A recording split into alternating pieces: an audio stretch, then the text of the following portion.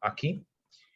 Y pues el día de hoy vamos a estar hablando sobre equidad desde la perspectiva de la agricultura, la seguridad alimentaria, y tenemos el gusto de tener entre nuestros invitados de hoy a los profesores Jairo Vaquero, Juan Francisco Soto y la profesora Viera Aguilar, quien va a estar como moderadora de la discusión.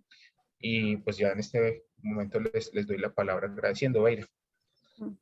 Gracias, Andrés. Buenos días para todos y todos. Mil gracias por su asistencia, por estar acá en este nuevo webinar de Hablemos de Equidad.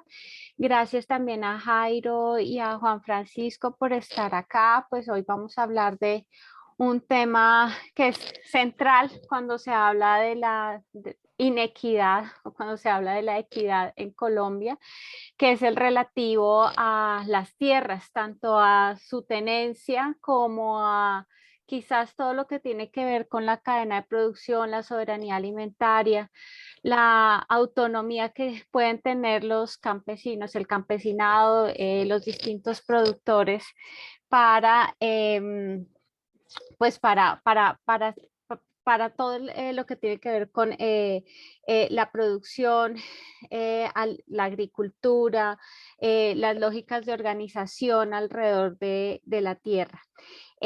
Pues Jairo Vaquero, él es profesor de la Escuela de Ciencias Humanas, trabaja pues profundamente este tema en relación también con la producción y la cadena de producción y la soberanía alimentaria.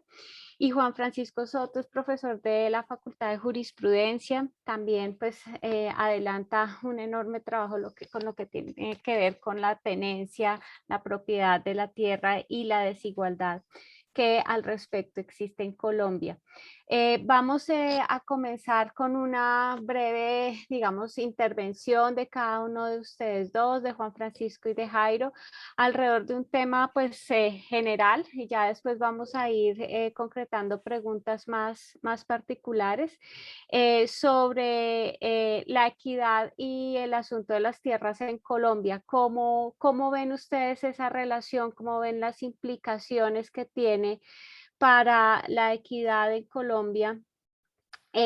Lo que tiene que ver con las tierras. Entonces, no sé quién quisiera comenzar, si Juan Francisco, Jairo. Juan Francisco, ¿sí? ¿Te parece? Listo. Juan Francisco, muchas gracias y pues bueno, adelante. Muchas gracias, Beira. Buenos días para todas las personas que asisten a este evento. Muchas gracias a Andrés y a Wilson por la invitación. Es un gusto estar acá. ¿Cuánto tiempo tengo para esta primera parte, Beira, más o menos? Como para... Podemos pensar en unos 10 minutos y Listo. después damos paso a la discusión, a las preguntas. Perfecto. Entonces, pues bueno, el objetivo que persigo en esta pequeña intervención es dar una lectura, digamos, de tres elementos que creo yo están intrínsecamente relacionados con la desigualdad en el campo colombiano, en nuestro mundo rural, eh, y que pues permitirán quizás ver algunos de esas trayectorias definitorias de una cuestión que yo creo que es difícil de rebatir, y es que pues en efecto el campo colombiano vive una desigualdad extremadamente fuerte y extremadamente intensa, ¿sí? Entonces lo primero que quiero señalar son, digamos, algunas causas de esa desigualdad. En segundo lugar, quiero referirme a algunas de las soluciones que se han intentado plantear al respecto de esas causas que generan la desigualdad. Y en un tercer lugar me quiero referir a algunos problemas que afectan o han impedido que esas soluciones sean realmente efectivas. Vamos que simplemente como un dato de tantos o unos datos de tantos que uno podría dar en esta materia, quiero presentar las siguientes premisas. En primer lugar, estudios recientes de la Oxfam a partir del censo agropecuario dan cuenta de una desigualdad en la tenencia de la tierra realmente alarmante, la mayor en Latinoamérica, ¿no? donde el 1%, digamos, de las grandes explotaciones de tierra controla alrededor del 80 y algo, perdón, no recuerdo la cifra exacta, de la tierra productiva en Colombia. Mientras que el 80 y pico por ciento de los pequeños, digamos, las pequeñas explotaciones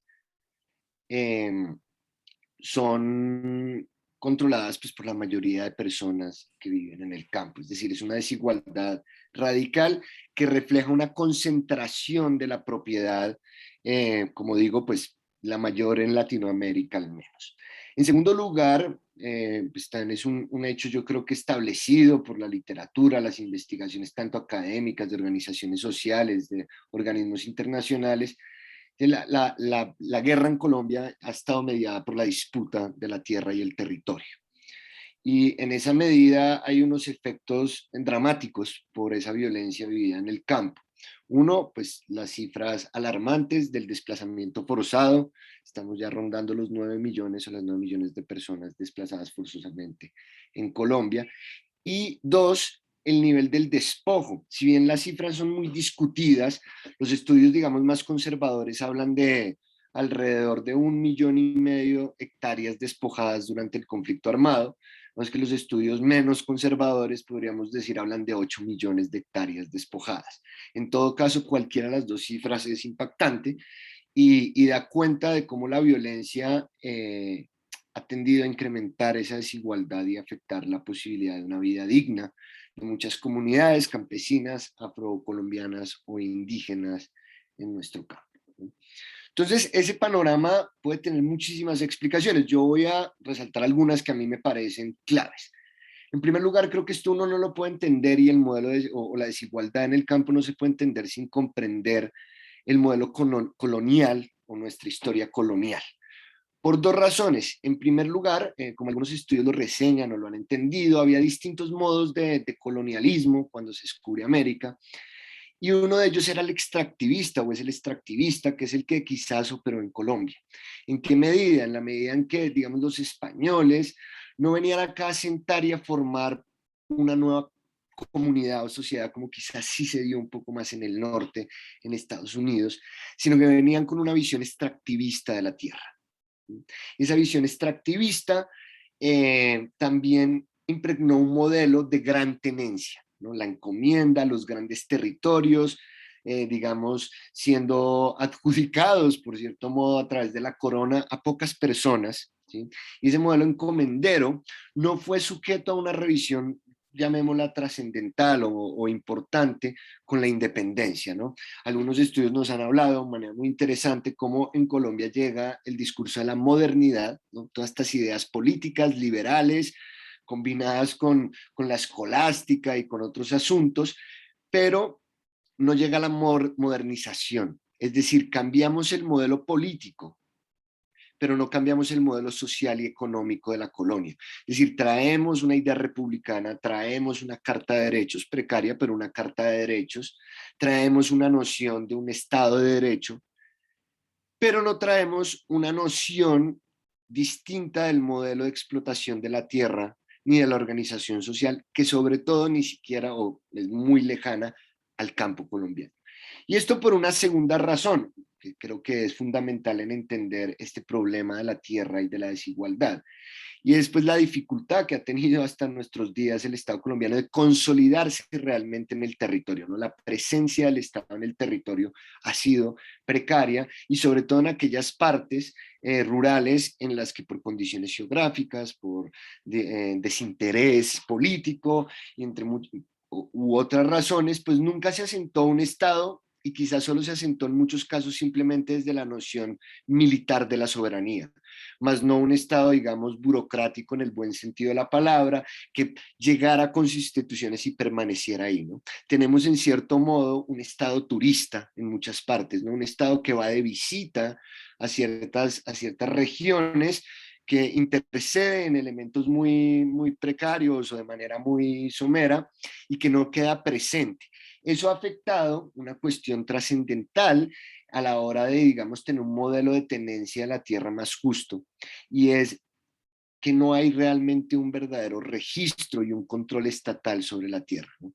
Esto pues ha sido visto desde el acuerdo de paz, la dificultad del catastro, ¿no? La dificultad de la formalización de la tierra, no tenemos registro real sobre cómo está definida la propiedad en vastas partes de este país, y eso por supuesto facilita, por ejemplo, prácticas como el despojo, ¿no? La desinformación o la mala información sobre cómo está distribuida la tierra, quién es el dueño, cómo está registrado eso, implica o se puede ver reflejado en un acto de falta de soberanía del Estado sobre la tierra. Y eso facilita, insisto, digamos, prácticas como el despojo de tierras perpetrado por distintos sectores económicos, políticos, que sencillamente con cambios notariales o cuestiones por el estilo o registros inventados, pues se hace dueña de tierra que pertenecía o estaba en tenencia material de campesinos, de indígenas o de comunidades afrodescendientes, entre otros, ¿no? Entonces, esa precariedad o esa falta del Estado y ese modelo extractivista, ese modelo colonial, eh, son dos elementos que nutren una tercera causa, en mi criterio, del problema de la desigualdad, y es la violencia, ¿no? Como decía al inicio, yo creo que está muy claramente establecido que una de las causas fundamentales de nuestro conflicto armado ha sido la disputa por la tenencia de la tierra. Pero la tenencia de la tierra no debe entenderse, de pronto Jairo explorará más estas temáticas, no debe entenderse simplemente como el hecho de ser propietario de una porción de tierra, ¿no? Sino la tenencia de la tierra y la disputa también es la disputa por la producción, por los recursos naturales que da esa tierra, por las rutas comerciales que las atraviesan, ¿sí? Y el dominio político de esas zonas, ¿no?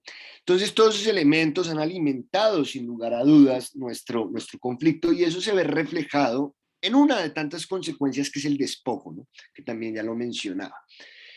Y el despojo, en mi criterio, es una buena luz para entender por qué la violencia está arraigada a la disputa de la tenencia de la tierra.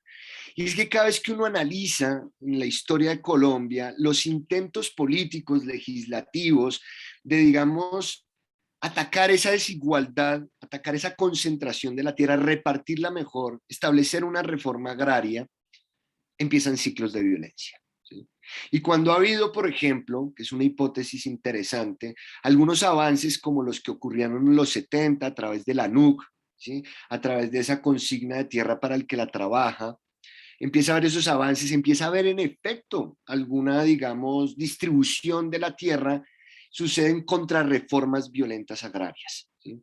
Y, por ejemplo, yo considero que en buena medida la práctica del paramilitarismo a la hora de despojar la tierra fue una práctica guiada en la idea de recuperar, llamémoslo, aquella tierra que fue entregada a través del INCORA, a través de esa reforma agraria, y uno puede trazar en distintos casos. Se me ocurre uno muy emblemático que es el de Bellacruz, en Cesar, ¿no? Esa gran hacienda, que fue empezada ocupada por comunidades campesinas, a ser trabajada, a ser parte de una solicitud para que les fuera adjudicada toda esa tierra que era baldía, pero que después de muchos actos de violencia y mañas legales, llamémosla, y connivencia del Estado, termina en manos pues, de unos cuantos empresarios para montar proyectos de gran escala, en este caso de cultivo de palma, ¿no?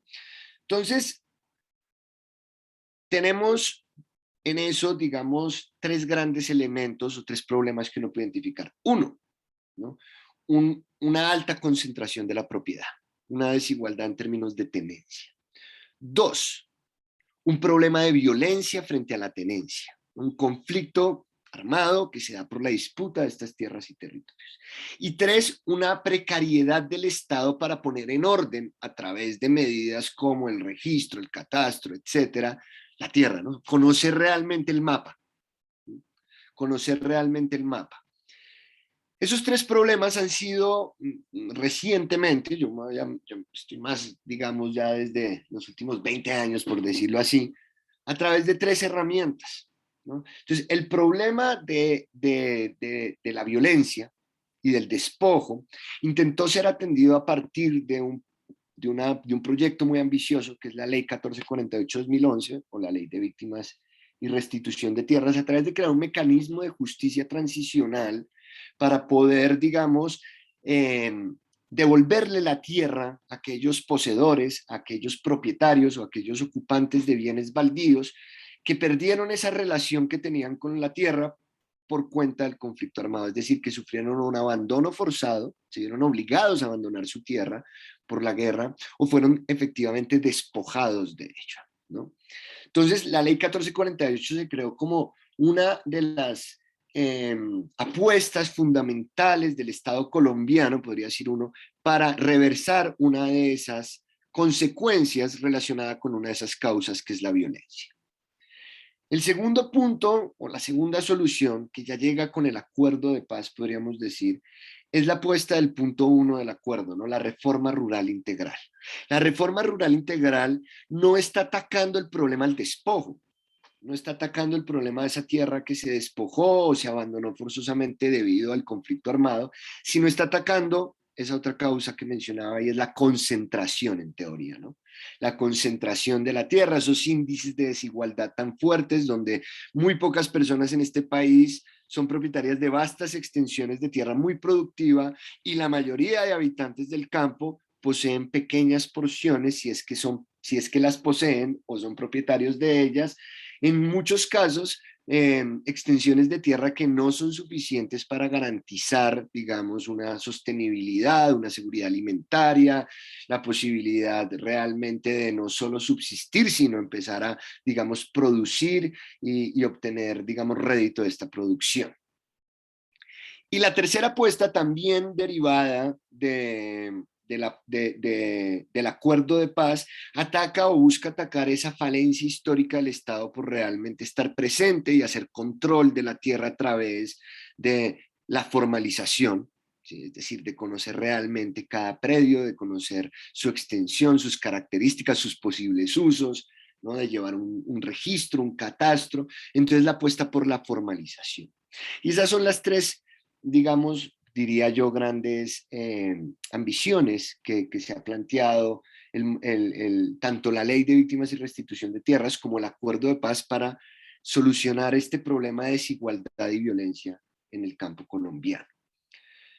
Sin embargo, esas tres soluciones tienen unos retos, unos obstáculos que creo que son muy importantes señalar, que en mi criterio han impedido que estos proyectos sean realmente fructíferos. Yo no quiero, digamos, ser cínico o desconocer que ha habido logros, por ejemplo, con el proceso de restitución de tierras, o que la proyección del punto 1 de la reforma rural integral no tiene unas apuestas, digamos, generosas o al menos sensatas y oportunas. Pero sí quiero señalar que esto no está funcionando en mi criterio y que por tanto esa desigualdad no ha sido posible reversarla y no ha sido posible atacarla realmente. Entonces, frente a cada uno de estos puntos quiero señalar algunos obstáculos. Frente a la restitución, el primer y gran obstáculo a la restitución ha sido, en estricto sentido en mi criterio, un problema de que la apuesta fue más o pareciera más un acto para reseñar que hicimos una tarea pero que realmente no se hizo. Y quiero darles una información. A la fecha de hoy, más del 65% de las solicitudes que se han presentado ante la unidad de restitución de tierras por parte de personas que alegan haber sido despojadas o abandonado forzosamente su predio, han sido negadas en la instancia administrativa, es decir, en la entidad llamada Unidad de Restitución de Tierras. Esas solicitudes ni siquiera han sido conocidas por los jueces o tribunales de restitución de tierras. Ese 65%, pues es una cantidad alarmante de solicitudes frente a las cuales he dicho usted no tiene derecho a la restitución. Desconocemos realmente las causas de esas negaciones, por un lado, pero por el otro, lo que hemos podido notar a través de algunas investigaciones es que ese cúmulo de solicitudes que han sido negadas se ha usado por parte del Estado para decir estamos cumpliendo con la restitución. ¿Cómo ha sido? ¿Qué significa eso? El Estado dice, yo tramito solicitudes y eso es cumplir con la idea de la restitución de tierras, indistintamente si digo sí o no. Entonces presenta unas cifras maravillosas de cumplimiento a la restitución, ¿sí? Un cumplimiento de metas maravilloso, pero a la hora de la verdad, el cumplimiento se ha dado a través de la negación, es decir, es cumplir metas y negar derechos. El segundo problema es que, digamos, pues y creo que todos o muchos somos conscientes, la implementación del acuerdo de paz ha estado atravesada por unos obstáculos de orden institucional y también de orden, digamos, de la realidad del país. La violencia persiste, el asesinato de líderes, etcétera, etcétera. En ese escenario, pues una implementación débil, la reforma rural se ha implementado muy poco, ¿no? Y ha estado atravesada, por ejemplo, por la debilidad manifiesta de la entidad encargada de impulsar esta política, que es la Agencia Nacional de Tierras. Una agencia que no ha terminado de instalarse, una agencia que no tiene el personal suficiente y una agencia que en mi criterio, lo digo abiertamente, creo que carece de la voluntad política para realmente llevar a cabo esta tarea. Y finalmente, y con esto cierro porque se me está acabando el tiempo, dos elementos más. Uno, tanto la restitución como la reforma rural integral creo que chocan y no han sido también factibles desde su versión más, digamos, ideal, porque chocan con un modelo de desarrollo económico que es contrario a esa apuesta. Un modelo de desarrollo económico que apuesta por los grandes inversores extranjeros, por proyectos agroindustriales o extractivistas, que eliminan o vuelven al sujeto campesino, al sujeto indígena o al sujeto afrocolombiano en un simple peón, en una simple ficha para ser funcional a ese gran sistema extractivista y de desarrollo agroindustrial al que le apuesta Colombia a través de, entre otras cosas, incorporarse, por ejemplo, a la OCDE. Y eso también ha derivado en una neoliberalización del sujeto del campo colombiano. Ese sujeto es un sujeto que no se entiende como un sujeto político, se entiende simplemente como un sujeto económico, es decir, un sujeto que no tiene agencia, que no tiene causas, que no tiene capacidad de discusión, ni un proyecto de vida, sino que es simplemente un sujeto que debe entrar en el mundo o en la cadena de la productividad. Un sujeto que debe ser funcional para esa productividad y que finalmente su reconocimiento no trasciende al mero reconocimiento de ser un sujeto económico. Y si no reconocemos al sujeto del campo como un sujeto político, yo creo que muy difícilmente podremos revertir esa desigualdad alarmante en la que vivimos. Entonces, con eso voy cerrando. Seguro ahorita iremos explorando algunos puntos y Jairo complementará muy bien algunos de ellos. Muchas gracias, Juan Francisco. Pues tú has dado, digamos, un diagnóstico de lo que pueden ser como las causas de esa profunda desigualdad de la tierra. En Colombia ha señalado precisamente pues, la precariedad del Estado, un modelo extractivista que viene desde la colonia y que también pues, impone unas lógicas de leer tanto la tierra como los sujetos que se relacionan con ella. Y en tercer lugar, la violencia.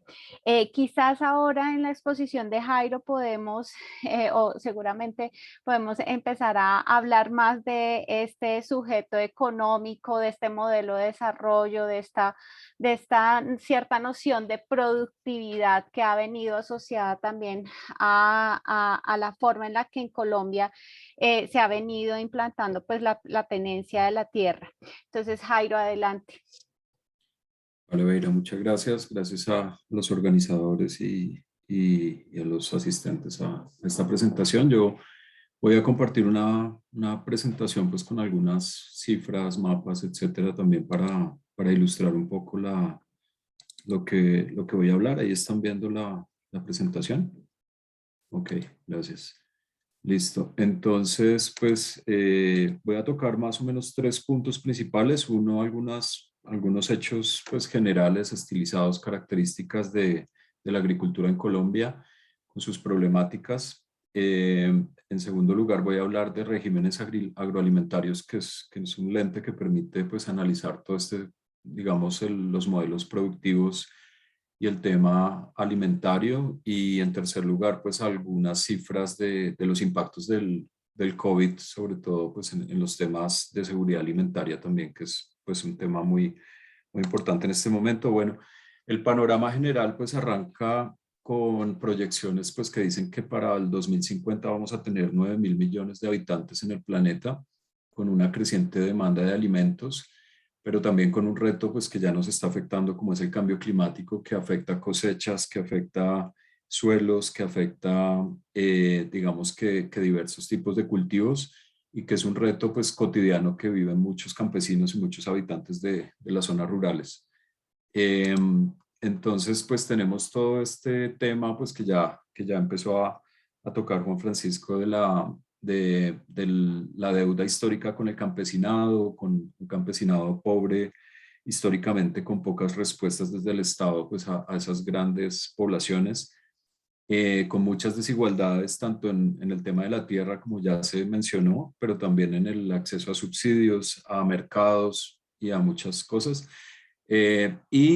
Por otro lado, digamos que trayendo un poco algunas discusiones que están ahí en la mesa en este momento, pues el tema de si Colombia debe importar o exportar alimentos y un poco lo que muestran algunas cifras es que más o menos desde el 2008 empezó a darse un déficit en el comercio exterior agropecuario digamos, tanto las exportaciones como las importaciones de productos agropecuarios pues han ido creciendo, pero en mayor, digamos, medida, digamos, superan las importaciones a las exportaciones. Más o menos desde 2008 hay algunos estudios que dicen que en la firma del tratado con Estados Unidos, el Tratado de Libre Comercio, pues influyó en esta tendencia. Bueno, también pues traigo algunas cifras de la Misión Rural del 2015 que hizo un diagnóstico del sector rural. Colombia es un país rural donde 60% de los municipios son rurales. En este mapa, pues lo que está en amarillo es lo que se cataloga como rural y lo que está en verde es rural eh, disperso, digamos, con menos densidad de población, donde más o menos más del 30% pues, de la población es rural y, digamos, hay muchas conexiones pues, entre las ciudades pequeñas, intermedias y grandes pues, con la ruralidad. Digamos que el tema del uso del suelo también nos lleva a plantear que el total del territorio continental colombiano se ha planteado que aproximadamente el 38%, es decir, 43 millones de hectáreas son para uso agropecuario, de las cuales solo el 7 millones están sembradas en temas agrícolas y donde hay un, digamos, mal uso de esas tierras con potencial agrícola, con 34 millones para ganadería, y teniendo en cuenta pues todos los efectos negativos de la ganadería en términos de emisiones de gases de efecto invernadero, afectación de suelos, contaminación impactos pues sobre la biodiversidad en muchos territorios. Bueno, digamos que el diagnóstico de la misión rural pues incluye pues algunas críticas, lo que ya se mencionó en la primera presentación, Juan Francisco, pues en la concentración de la propiedad, digamos el mal uso del suelo pues en los usos potenciales y las débiles instituciones pues de regulación de esos usos.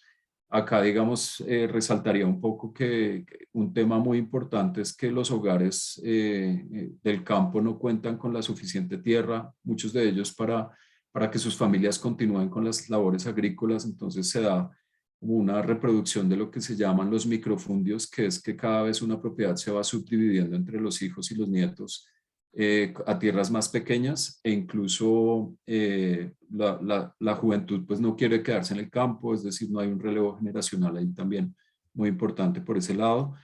Unas cifras pues que venían mostrando hasta antes de la pandemia que en unas tendencias de mediano plazo pues la pobreza venía en una disminución, tanto la pobreza como la pobreza extrema, tanto en entornos rurales como urbanos, siendo pues siempre en entornos rurales más elevada, pero pues venía en esta tendencia decreciente. Con la pandemia pues sabemos que todo esto explotó, tenemos más 20 millones en pobreza ahora y una entrada pues de muchas personas a la pobreza extrema también. Bueno, a nivel institucional, pues algunas de las críticas que se han hecho, por ejemplo, cuando uno pues hace trabajos de campo, trabaja pues estos temas en las regiones, pues lo encuentra y lo vive en la cotidianidad. Y es todos los problemas de vías terciarias, que las vías son de muy mala, o sea, no existen o venían siendo caminos reales que son reconvertidos en carreteras, pero con muchos problemas, con muchas pendientes, en las épocas de invierno pues se destruyen los caminos, es decir, hay zonas muy alejadas que la falta de carreteras en buen estado pues mantienen esa falta de comunicación, las mantienen alejadas de los centros, de los mercados, etcétera, y es una de las cosas que más hace costoso pues comercializar los productos, sacarlos, etcétera. Entonces, digamos, un gran problema, el tema de la asistencia técnica, que pues ahorita voy a profundizar un poco en eso, y el tema de acceso a vivienda. Entonces, y también hay unas críticas un poco a la parte institucional, pues que se recargó demasiado en el Ministerio de Agricultura, digamos, restando importancia pues a otras instituciones que existían antes de la creación del ministerio también. Bueno, después de este panorama, pues un poco de los problemas, pues voy a profundizar en algunos de los temas productivos, agrícolas, sobre todo con un lente que es el de los regímenes agroalimentarios. Es una perspectiva pues que surge desde la sociología de la globalización, que busca, digamos, analizar cómo se ha estructurado a nivel global la estructura de la producción agroalimentaria y pues la distribución, el consumo, con sus crisis, transformaciones y transiciones, es decir, qué papel juega la alimentación, la comida en el capitalismo global y en la estructuración del capitalismo, y qué conflictos y relaciones de poder persisten en esos sistemas, qué regulaciones existen y cuáles son las respuestas sociales también comunitarias.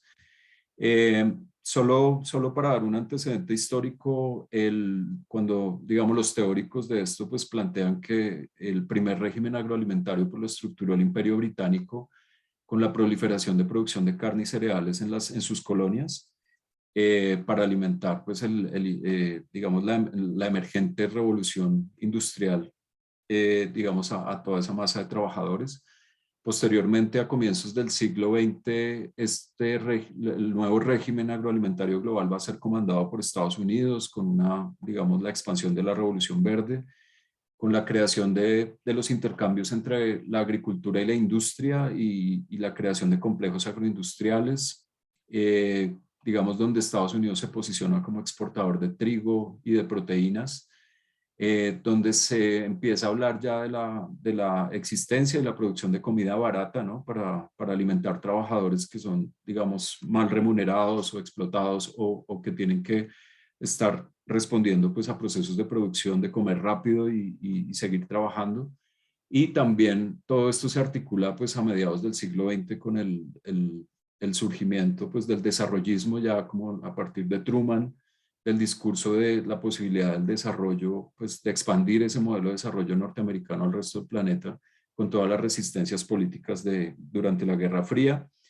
Y se plantea que desde los 80 pues estamos en medio de un tercer régimen que es neoliberal, guiado por principalmente el mayor cambio es que las corporaciones, las empresas de biotecnología pues van a entrar a jugar un papel más importante en determinar qué pasa en ese régimen. Dos ejemplos para hablar de este tema, y esto tiene que ver con las desigualdades en el sentido en que está puramente concentrado pues digamos, la proliferación, el comercio, pero también se impone un poco en el modelo productivo. Entonces, hay unas empresas que controlan el mercado mundial de semillas, entre ellas Monsanto, DuPont, Syngenta, etcétera.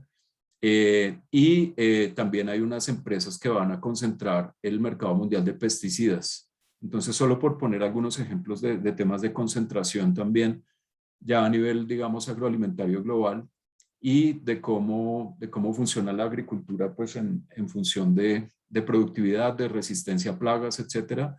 Pero pues todo eso detrás de un modelo de desarrollo, pues como lo mencionaba Juan Francisco un poco, con unas racionalidades particulares, donde se trata de imponer pues un modelo agroindustrial altamente productivo para, digamos, masificar la producción y ciertas formas de producción. Entonces, una característica de este régimen agroalimentario es que vivimos en un mundo lleno de commodities, de cadenas de mercancías. Este término empieza a ser usado por Wallerstein y Hopkins en los 80s. Se transforma un poco en el tema de las cadenas de valor y digamos, la perspectiva pues plantea como lo plantea Jason Moore, digamos, las expansiones de la producción de commodities buscan producir en lugares donde todo es barato, entonces el trabajo es barato, la naturaleza es barata, la comida, el cuidado, entonces la energía. Entonces es producir barato, como dice Moore, pues no pagar las cuentas y no pagar las cuentas muy caras y que las ganancias pues se queden en ciertos lugares, en ciudades o en países del norte global. Eh, las cadenas de mercancías pues generan desigualdades en el sentido en que los productores locales muchas veces se quedan con las ganancias más bajas de las cadenas y los intermediarios pues obviamente a veces son necesarios porque no hay quien saque con esas carreteras, quien saca la producción. Entonces va un intermediario con un camión finca por finca, saca la producción, la lleva a plazas de mercado, la vende, pero pues se quedan con grandes partes de las ganancias y los consumidores finales pues pagan mayores precios y las cadenas de supermercados también se van a quedar con esas ganancias. Entonces, hay muchas desigualdades en estas cadenas donde también los productores locales no pueden a veces generar una agregación de valor a lo que comercializan. Y en ese sentido, digamos que la apuesta un poco a veces de los discursos, digamos, somos países concentrados en la exportación de materias primas con poca agregación de valor, donde el acceso pues a la agregación de valor es difícil porque pues se necesitan capitales para tener maquinarias, para tener procesos productivos, es decir, hay mucha gente que está rezagada en esos sentidos, con limitados accesos a tecnología, acompañamiento técnico y financiero de los productores locales. También, pues a veces, por ejemplo, con el acuerdo de paz se ha visto mucho, llegan muchos proyectos locales a nivel rural, se llevan maquinarias, se llevan plantas de producción, pero no hay un acompañamiento y terminan abandonados muchos de estos proyectos. Entonces, si no hay un acompañamiento, los proyectos, o sea, imagínense un sembrado de piña para sustitución de cultivos, eso no empieza a dar ahí mismo. Entonces, digamos, si no hay un acompañamiento de ingresos técnico, financiero sostenido, pues eso, digamos, no es como real, pues una alternativa, por ejemplo, a la sustitución de coca. Igualmente, entonces, dentro de las cadenas, pues hay que ser muy sensibles a las desigualdades de género, las desigualdades intergeneracionales, donde los jóvenes pues no quieren ocuparse en las labores del campo, que son muy duras, que digamos no sacan a la gente de la pobreza o difícilmente lo hacen, y donde las mujeres pues tienen que compaginar el trabajo no remunerado, los trabajos del cuidado, el trabajo reproductivo, que digamos subsidia mucho de la producción que hacen los hombres en el campo. Entonces, también esas interacciones de las desigualdades de género, las economías del cuidado y el tema intergeneracional es muy clave para entender todos estos procesos.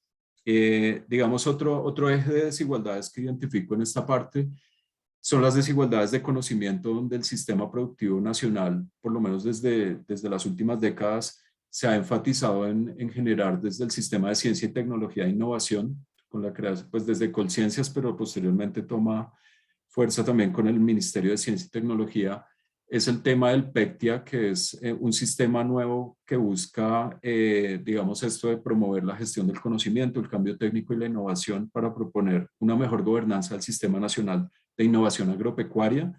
Entonces, acá unos ejemplos, digamos que, o sea, este sistema de ciencia y tecnología se enfoca en generar, digamos, mejoras en el sistema productivo agropecuario, en un enfoque de cadenas de valor, donde las principales cadenas en las que se ha enfocado esto, pues ha sido a hortalizas, cacao, panela. Bueno, aquí ustedes ven algunas de las demandas que se identificaron en su momento cuando se hizo este diagnóstico hace más o menos 5 años.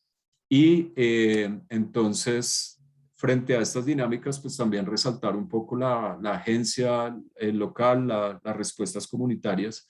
Digamos, sabemos que hay unas disputas por la defensa de semillas nativas, donde la estandarización de las semillas, por ejemplo, con empresas multinacionales, pues borra de tajo la biodiversidad, la diversidad digamos, de la existencia de todas estas especies, donde la unificación pues, de las plantas bueno, solo hay un tipo de cultivo de palma de aceite, de maíz, de papa, pues digamos, la lógica del monocultivo tiene muchos problemas, entre ellos que es más fácil que una plaga ataque a un monocultivo a que si existe un cultivo que sea policultivo, es decir, una diversificación de especies en un territorio, protegen mejor a los cultivos que la lógica del monocultivo, donde llega un animal y masacra pues a todas las plantas. Entonces, sabemos que hay también, bueno, ahí están las prácticas agroecológicas, hay algunos esfuerzos de movimientos sociales, de movimientos locales, de recuperación de saberes en la agricultura, de saberes gastronómicos también para recuperar un poco todos esos conocimientos locales gastronómicos, donde digamos que hace parte de este ensamblaje complejo de procesos pues, de respuesta local en temas agroalimentarios, con la proliferación también de mercados locales, cadenas cortas, donde los objetivos pues, son diversos, entre ellos salud y cuidado del medio ambiente. Por último, pues algunas cifras ya para cerrar del tema alimentario y el COVID, pues que han sido preocupantes. Por un lado, pues según un indicador de la FAO, que era el de prevalencia en la subalimentación, que es como el que mide el tema del hambre o el tema de la inseguridad alimentaria, se, existieron mejoras en el periodo 2004-2006, pues teníamos 4.2 millones con problemas de subalimentación, pasamos entre el 16 al 18 a 2.4 millones, es decir, hubo una mejora y sabemos que con el COVID, pues los indicadores de seguridad alimentaria, por ejemplo, aquí hay un indicador que para cerrar, pues quería mostrar el de la encuesta del pulso social del DANE de abril de este año. Nos mostraba que las familias que comen 3 veces al día, pues hubo una reducción importante durante la cuarentena a nivel nacional del 89% al 68%, donde el impacto más fuerte fue en la costa Caribe, que incluso, por ejemplo, en Cartagena se pasó del 73 al 33% de familias, y en las grandes ciudades, pues también hubo reducciones importantes en Bogotá, en Cali y en Medellín. Entonces, solo para cerrar eso, que digamos que la pandemia sabemos que ha agravado un poco este tema tanto en lo urbano como en lo rural, donde a nivel urbano el tema de la inseguridad alimentaria pues ha sido tanto visible como oculto, ha afectado a muchas clases sociales por el tema del desempleo, la informalidad y los altos costos de vida en las ciudades, y a nivel rural pues por estos problemas que ya mencionamos pues de los ingresos precarios de muchos productores locales, con los insumos y el transporte costosos, con restricciones pues a la entrada de cosecheros. El año pasado sobre todo se afectó mucho las cosechas por el COVID, y problemas de agua, donde los grupos vulnerables pues, en estos temas pues, suelen ser pues, mujeres gestantes lactantes, trabajadores informales, desplazados, trabajadores migrantes, mujeres cabezas de hogar, niños y jóvenes y adultos mayores. Entonces, hasta ahí digamos que para poner algunos elementos de discusión en el webinar. Muchas gracias. Gracias, Jairo. Creo que, digamos, hay como una línea que podemos trazar en las dos intervenciones. Uno podría decir, claro, las desigualdades con respecto a la tenencia de la tierra son un punto de partida, pero no terminan allí. O sea, esas desigualdades van más allá y tienen que ver con la seguridad alimentaria, con el hecho de el difícil acceso a la asignación de valor por parte de los productores, con las desigualdades en la forma en la que se distribuyen, digamos, los beneficios o las ganancias, en donde hay unos sectores como estos intermediarios, ¿no? Que son los que de pronto se quedan con la mayor ganancia, el acceso para mujeres jóvenes, nuevas generaciones, de posibilidades de subsidios, de tener acompañamientos técnicos, financieros, de conocimiento aplicado a la agroindustria. Y pues en todo esto, digamos, hay como un marco, un trasfondo general que es un modelo económico que pues le apuesta a una masificación de la producción, a monocultivos, a el control de las semillas y el control también de los pesticidas, pues dentro de un marco de negocio que deja a los pequeños productores, a las comunidades, pues en una situación aún mucho más vulnerable. Muchas gracias. Entonces vamos a dar paso a las preguntas. Las pueden hacer a través del chat. Entonces vamos a ir dejando espacio, no sé quien quiera intervenir, quien tenga alguna pregunta. Vamos a dar un poco de espacio y si no, pues, bueno, mientras se animan a hacer las preguntas, quizás yo quisiera preguntarle pues un poco a Juan Francisco.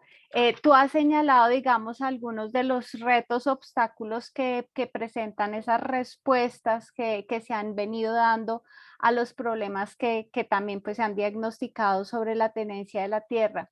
En particular, con respecto a la restitución de las tierras, al proyecto de la restitución de las tierras, tú podrías, más allá, digamos, de esta dificultad que ha tenido la unidad de restitución de tierras para dar respuesta efectiva a las solicitudes, ¿qué elementos podrían, digamos, dinamizar o conducir a una restitución de tierras que pudiera impactar realmente en la equidad? Como qué elementos quizás podrían sumarse a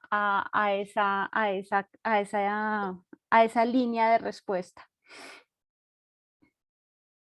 Bueno, muchas gracias, Vera. Pues yo creo que con los puntos que Jairo trajo sobre la mesa que me parecen maravillosos, uno podría mencionar, digamos que si superáramos ese primer obstáculo de acceso al programa y digamos fuera realmente masivo, pues hay unos elementos que son claves en términos de, bueno, ¿qué es restituir? Porque pues usted me restituye a mí un predio, pero si yo no lo puedo hacer productivo, pues probablemente en 2 años lo estaré vendiendo nuevamente y probablemente aquí me lo despojó, ¿sí?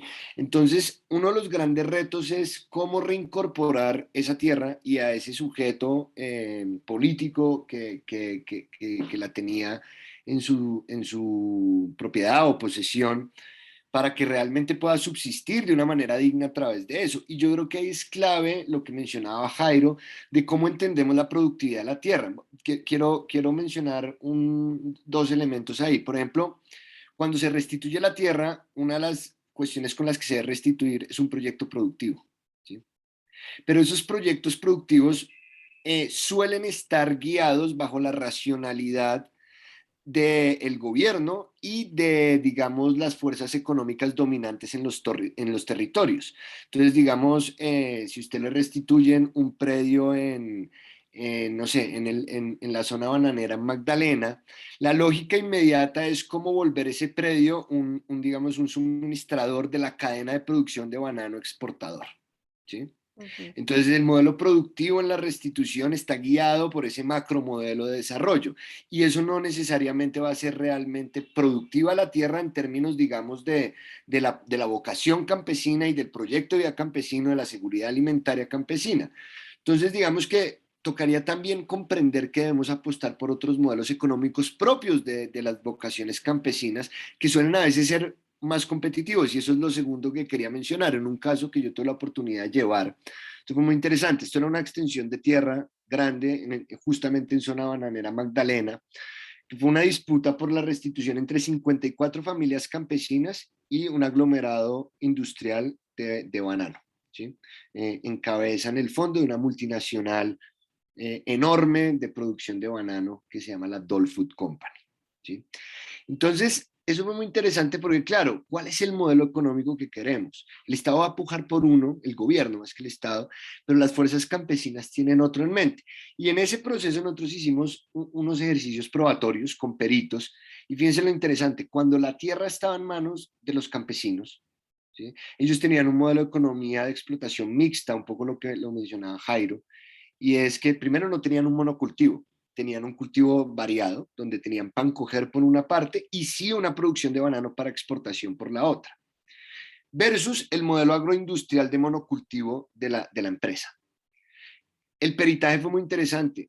Las 54 familias campesinas hacían más rentable esa tierra que la multinacional bananera. Es decir, producían más dinero, producían más alimento y movían más la economía comunitaria y local, pero también a la luz de una economía de exportación. Entonces yo creo que una de las cosas, y con esto concluyo, es que debemos cambiar el paradigma de qué es desarrollo y de qué es productividad. Si seguimos mantenidos en un paradigma de multinacional, de agroindustria, no por satanizarla, ¿no? Sino que no sea el paradigma reinante, que hay otras formas que pueden ser igualmente productivas, que pueden ser igualmente rentables, pero que son mucho más, digamos, acorde a los usos campesinos de la tierra, mucho más justas y que garantizan también otros derechos, como la seguridad alimentaria.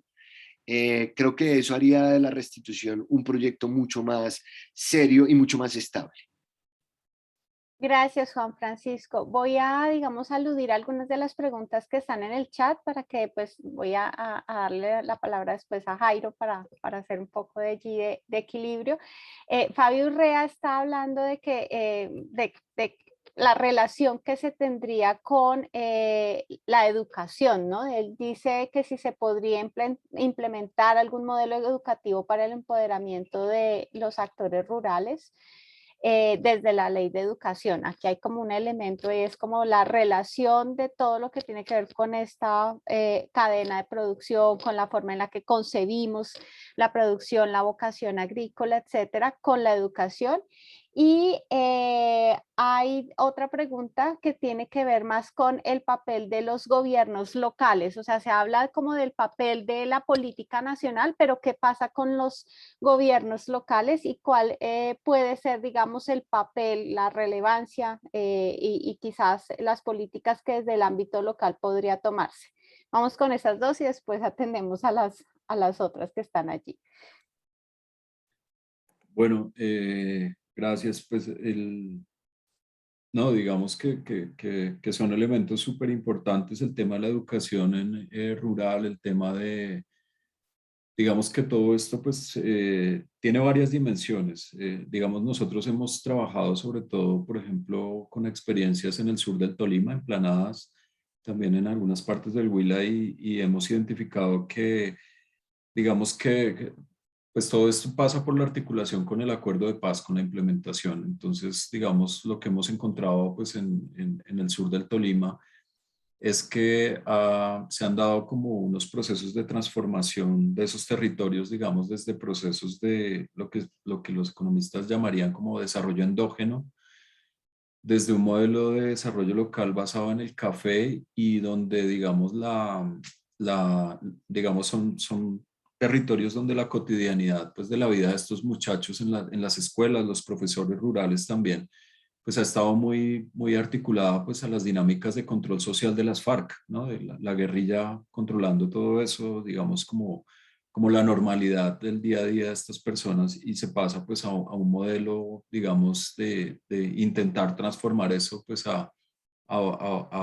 pues digamos, a este escenario de implementación. Y digamos, allí lo que ha pasado es interesante en el sentido en que se han creado escuelas articuladas a conocimientos alrededor del café y tanto tanto en la escuela rural local, allá, las escuelas, como es, digamos, el papel de las asociaciones locales de cafeteros. También han creado procesos de formación interesante vinculando a jóvenes que son hijos de dueños de fincas. Entonces también ha sido, es un ejemplo, no digo que haya una receta única o que haya una panacea en ese sentido, pero son ejemplos interesantes de cómo se va articulando a las nuevas generaciones en procesos productivos a través de capacitación, a través de la articulación con el sistema educativo, mostrando alternativas, mostrando otras formas de ver el campo también, de no leer el campo como siempre como lo atrasado, como lo, digamos, como la falta de oportunidades, sino como también cómo se van transformando en ese sentido.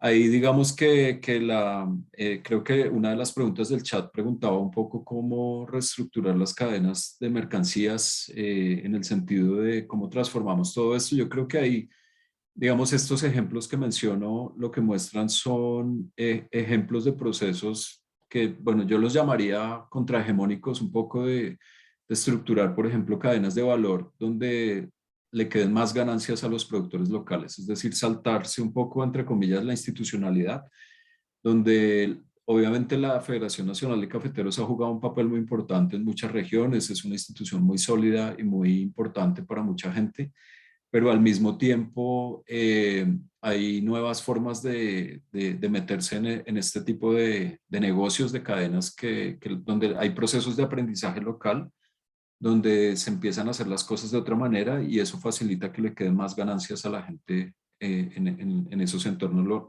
locales. Entonces, son como ejemplos, yo creo que dialogan un poco con esto y en el tema del gobierno local, pues, digamos a nivel local, en algunos lugares hay oferta institucional, también propuestas muy interesantes de apoyo a este tipo de iniciativas, pero obviamente depende de la voluntad política en cada territorio, de los diálogos que se van generando en los territorios. Por ejemplo, hay experiencias interesantes donde el gobierno pues es de un partido, pero le abre el espacio a otros partidos también para avanzar en el tema de generar propuestas de desarrollo local.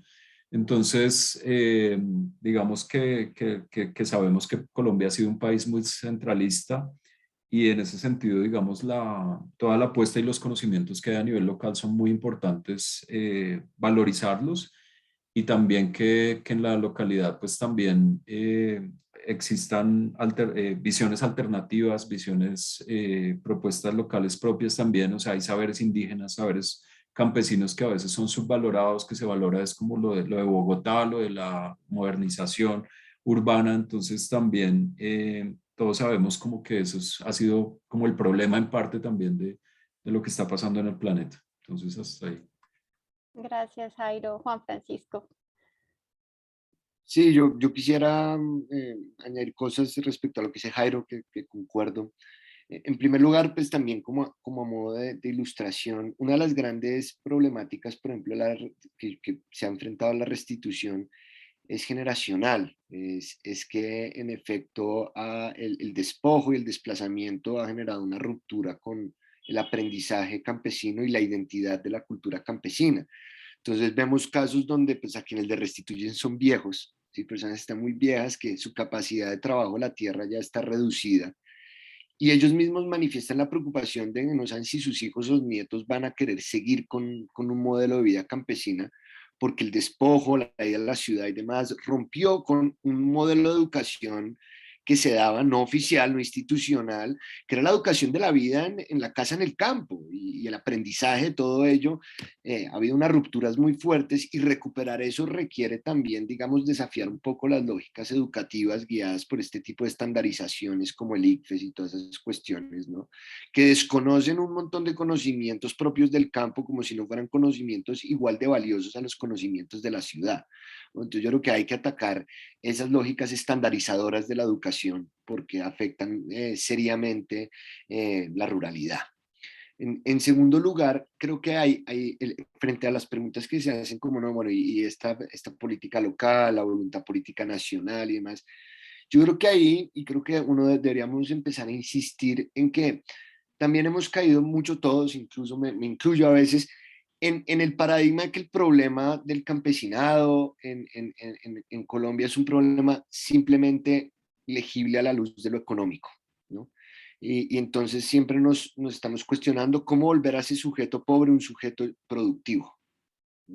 Y yo creo que si seguimos solo poniendo el énfasis en eso, estamos olvidándonos que el paso elemental es cómo el sujeto primero es político, porque al ser sujeto político empieza a incidir en el gobierno local. Y esa incidencia puede empezar a repercutir, ¿no? Y empieza a haber una voluntad política que viene desde el sujeto, ¿no? Y que no tiene que estar siempre esperándose desde allá del centro, venga a ver qué me trae. Entonces, si se reduce la agencia política, si no se reconoce la agencia política, es muy difícil que se empiece a consolidar voluntad política de cambio. Y creo que para eso tenemos que cambiar el paradigma de entender al campesino simplemente como un sujeto pobre que hay que volver productivo, sino entender que el gran problema de fondo en mi criterio es que ha sido un sujeto que nunca ha sido reconocido como ciudadano. ¿Sí? Y si no se le reconoce su ciudadanía en el estricto sentido, su agencia política, difícilmente ese elemento económico de pasar de la pobreza a la productividad, si es que ese es el paradigma, pues se va a dar de una manera realmente en la que no se instrumentalice al campesino para ser funcional a un sistema de desarrollo que beneficia a otros sujetos. Entonces creo que ese cambio de lectura y una discusión realmente sobre el sujeto campesino como sujeto político debe darse. y yo creo que poco se da. Damos mucho la de la pobreza hacia la productividad, pero poco de la, digamos, simplemente no reconocimiento hacia la ciudadanía, hacia el sujeto político de derecho realmente. Gracias, Juan Francisco. Creo que tanto tú como Jairo pues han tocado el tema de finalmente uno podría plantear el tema de la desigualdad en el campo en términos económicos, pero esa evaluación misma ya está delimitando, acotando y de alguna manera determinando unas políticas que no apuntan a lo central, que es la resignificación de la vida en el campo, ¿no?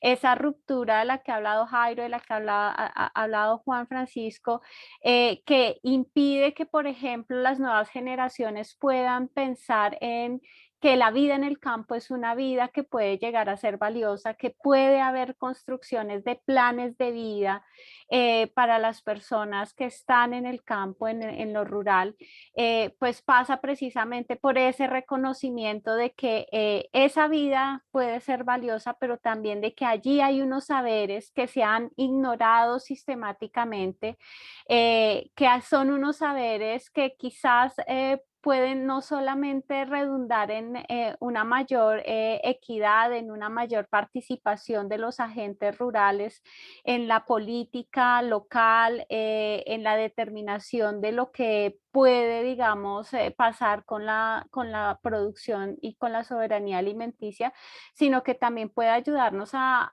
resolver, no a resolver quizás, a responder a otros retos que tenemos en el momento, como por ejemplo la crisis climática, la gran, digamos, la gran preocupación que se tiene por toda la desestabilización de las comunidades bióticas con las cuales pues interactuamos, de las que dependemos mucho y a las que pues todo el tiempo con este sistema económico estamos instrumentalizando. Hay las dos últimas preguntas que están en el chat, de alguna manera ustedes las han respondido. Una tiene que ver con los errores en el sistema de cadenas de mercancías y otra tiene que ver con la voluntad política, con esa deuda histórica que se tiene con el campo colombiano. No sé si para cerrar alguno de ustedes dos o los dos quisiera ya como dejar unas conclusiones antes de ya dar por terminada la sesión.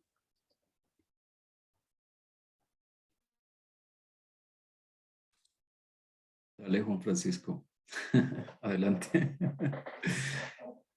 Bueno, no, pues yo creo que de la reflexión salen muchas cosas. El tema de la equidad en relación pues, a los temas que hemos tocado hoy, el tema de la tierra, el tema más productivo, el tema de cómo organizamos como sociedad, pues el tema agroalimentario, no solo el tema productivo, que también pasa por las cadenas de comercialización y las decisiones de consumo, ¿no? que las personas realizan.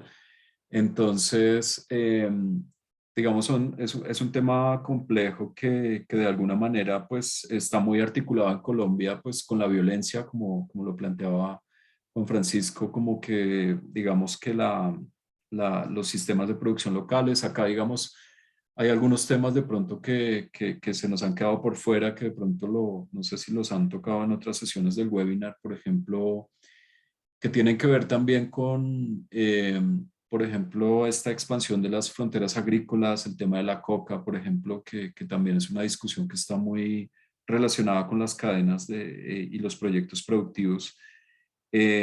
Cuando, digamos, se está analizando todo este tema del problema de los cultivos de uso ilícito, que tiene unas dimensiones también de desigualdades muy importantes, una visión, por ejemplo, de la coca que desconoce pues el uso que las comunidades locales le han dado a la hoja de coca, por ejemplo.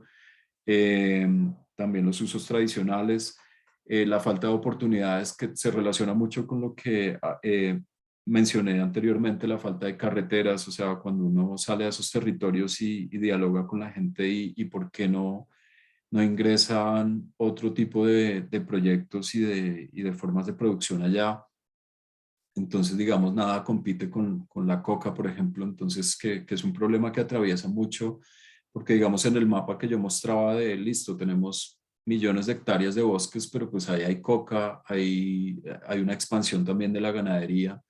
Entonces, también digamos que todos estos temas de las desigualdades en estas dimensiones pues pasan por darle solución a ese problema también, en generar oportunidades un poco, obviamente en articulación con el sistema antidrogas internacional y todo el fracaso pues que ha tenido esto.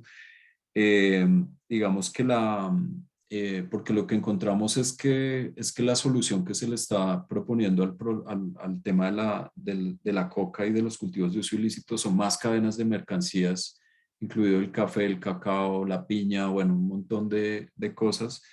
Y en ese sentido, pues nos lleva como a irnos planteando estas reflexiones, bueno, ¿cómo queremos solucionar eso? ¿Qué queremos poner allá? ¿Qué oportunidades queremos ofrecerle a esta gente local que se identifica tanto como campesino, pero también como trabajadores campesinos en algunas regiones, con múltiples demandas y donde pues hay digamos que todos estos fenómenos nos muestra como un encadenamiento de formas de desigualdades de género, de clases sociales, incluso de raza y etnicidad y de múltiples otras dimensiones, donde también como lo mencionaba antes Juan Francisco, pero un poco complementando ahí el tema de la paz territorial, un poco ese concepto que también ha sido muy criticado, pero que también buscó, no olvidemos que el acuerdo de paz y la reforma rural integral buscaba acercar a las regiones más integradas dentro de los mercados y con mayores niveles, pues